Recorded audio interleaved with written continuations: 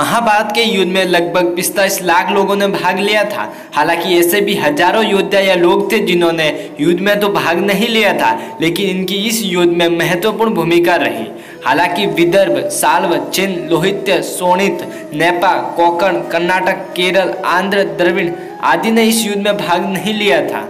ये सभी तटस्थ राज्य थे, इनकी किसी भी प्रकार की कोई भूमिका नहीं थी। आओ जानते हैं उन्हीं के बारे में जिन्होंने युद्ध में भाग तो नहीं लिया, लेकिन उनकी महत्वपूर्ण भूमिका रही। तो फिर मित्रों, पहले नंबर पे आते हैं युयुत्सु, कौरवों का सौतेला भाई, जिसने युधिष्ठिर के समझाने पर युद्ध के ऐन वक्त पर कौरवों को छोड़कर पांडवों का साथ देने का निश्चय किया। और अपने खेमे में आने के बाद युधिष्ठिर ने एक विशेष रणनीति के तहत युयुत्सु की योग्यता को देखते हुए उसे योद्धाओं के लिए हथियार और रसद की आपूर्ति व्यवस्था का प्रबंध देखने के लिए नियुक्त किया। इसी तरह कौरवों की सेना दुर्बल हो गई थी और जब युधिष्ठिर सशरीर स्वर्ग जाने लगे तब उन्होंने परीक्षित को राजा और युयुत्सु को उनका संरक्षक बना दिया था। और दूसरे नंबर पे आते हैं उडुपी के राजा। महाभारत युद्ध में उडुपी के राजा भी थे जिन्होंने युद्ध में सैनिकों के लिए भोजन व्यवस्था की जिम्मेदारी संभाली। दोनों ओर के शिविरों में सैनिकों के भोजन और घायलों के इलाज की उत्तम व्यवस्था इन्हीं राजा ने की थी। घोड़े और रथों की अलग व्यवस्था थी। हजारों शिविरों में से प्रत्येक शिविर में प्रचुर मात्रा में खाद्य सामग्री, अस्त्र शस्त्र, यंत्र और कई वैद्य और शिल्पी वेतन देकर रखे गए थे। और श्री कृष्ण की एक अक्षौहिणी नारायणी सेना मिलाकर कौरवों के पास 11 अक्षौहिणी सेना थी, तो पांडवों ने 7 अक्षौहिणी सेना एकत्रित कर ली थी। इस तरह सभी महारथियों की सेनाओं को मिलाकर कुल 45 लाख से ज्यादा लोगों ने इस युद्ध में भाग लिया था। आश्चर्य की 18 दिन चलने वाले इस युद्ध में कभी भी खाना कम नहीं पड़ा और न ही कभी बड़ी मात्रा में बचा। और तीसरे नंबर पे है जिनका सबसे ज्यादा योगदान रहा, वह है सारथी। युद्ध में सभी हाथी और रथों के सारथियों में से बहुतों ने प्रत्यक्ष रूप से कभी युद्ध नहीं लड़ा, वे बस योद्धाओं के रथ या हाथी को चलाते रहे। उनमें से बहुत तो पहले ही मारे जाते थे, जिनके स्थान पर दूसरे सारथियों की नियुक्ति की जाती थी।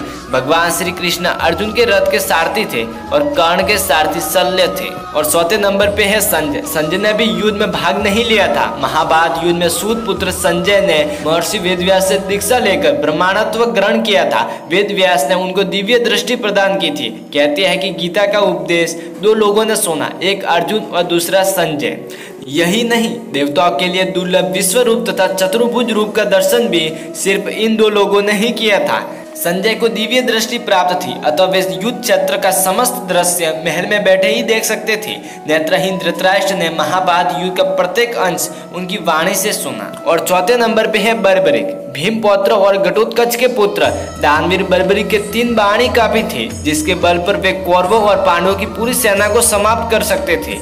इसीलिए भगवान श्री कृष्ण ने दान में उनका शीश मांग लिया था। उसकी इच्छा थी कि वह महाभारत का युद्ध देखे, तो श्री कृष्ण ने उसे वरदान देकर उसका शीश एक जगह रखवा दिया, जहाँ से उसने संपूर्ण महाभारत का दृश्य देखा। उन्हीं बर्बरिक को आज खाटू श्याम के नाम से जाना जाता है। और 5वें नंबर पे है देवराज इंद्र। जब इंद्र को पता चला कि उनके पुत्र अर्जुन को कर्ण से बहुत बड़ा खतरा है, तो वे श्री कृष्ण के पास पहुंचे। श्री कृष्ण ने उनको सलाह दी कि कर्ण बहुत ही बड़ा दानवीर है, आप उसके दान के समय पर ब्राह्मण के वेश में पहुंचकर उससे दान लेने का संकल्प कराने के बाद उसे कवच और कुंडल मांग ले। इंद्र ने ऐसा ही किया, लेकिन कवच कुंडल ले जाने के बाद आकाशवाणी हुई कि तुमने धोखे से कर्ण के कवच कुंडल ले लिए हैं, इसके बदले तुम्हें भी कुछ देना होगा, अन्यथा तुम्हारा यह रथ भूमि में दब जाएगा। तब इंद्र ने वापस लौटकर कर्ण को अपना अमोघ अस्त्र देकर कहा कि इसे जिस पर भी चलाओगे वह निश्चित ही मारा जाएगा। यह अचूक है, लेकिन इसका उपयोग एक बार ही कर सकते हो। कर्ण उस अस्त्र से अर्जुन को मारना चाहता था, लेकिन दुर्योधन और कृष्ण के कहने पर उसे मजबूरन यह अस्त्र घटोत्कच पर चलाना पड़ा।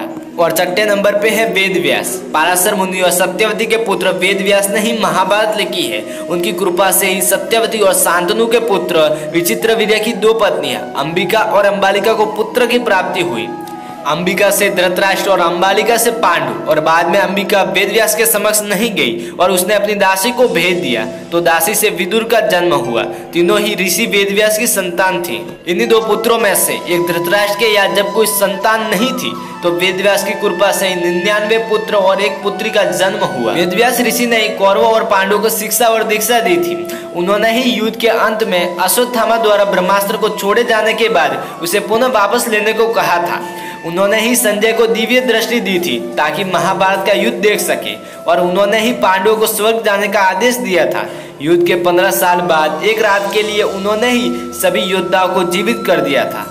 और मित्रों, इस तरह महर्षि वेदव्यास महाभारत में महत्वपूर्ण घटनाक्रम में उपस्थित होते हुए नजर आते हैं। तो फिर मित्रों, ये था आज का हमारा वीडियो। अगर वीडियो पसंद आया हो तो कृपया हमारे इस वीडियो को लाइक, कमेंट, शेयर एंड हमारे कर्मयोगी चैनल को सब्सक्राइब करना बिल्कुल ही ना भूलें। तो फिर ठीक है मित्रों, आज के लिए इतना ही। फिर मिलते हैं अगले वीडियो के साथ में।